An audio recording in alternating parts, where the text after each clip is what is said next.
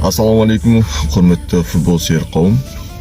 Челси сапындағы Дастан Сәтбаевтың қазіргі жағдайы Бернли клубына ағылшындық чемпионшипте ойнайтын клубқа ауысты деп жатыр. Жалпы бұл туралы менің пікірім, ойым, бұл өте бір тиімді жол секілді, себебі ертең Челсиді скамейкада отырып қалу мүмкін, соңғы 10 минутта, мүмкін 5 минутта шығып отыру мүмкін, ол шығу, шықпау екіталай қаншама жұлдыздар бар кезде, ал чемпионшипте көптеген жаңалықтарды естіп жатырмын, көптеген жұлдыздар шыққан, и Бернли бұл чемпионшиптен бірінші орын, екінші орын, үшінші орын алатын құрамдардың қатарында екен.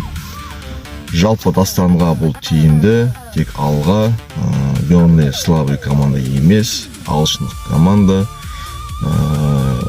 АПЛ-ға шығатын команда, тек сәттілік. Дастан дейміз.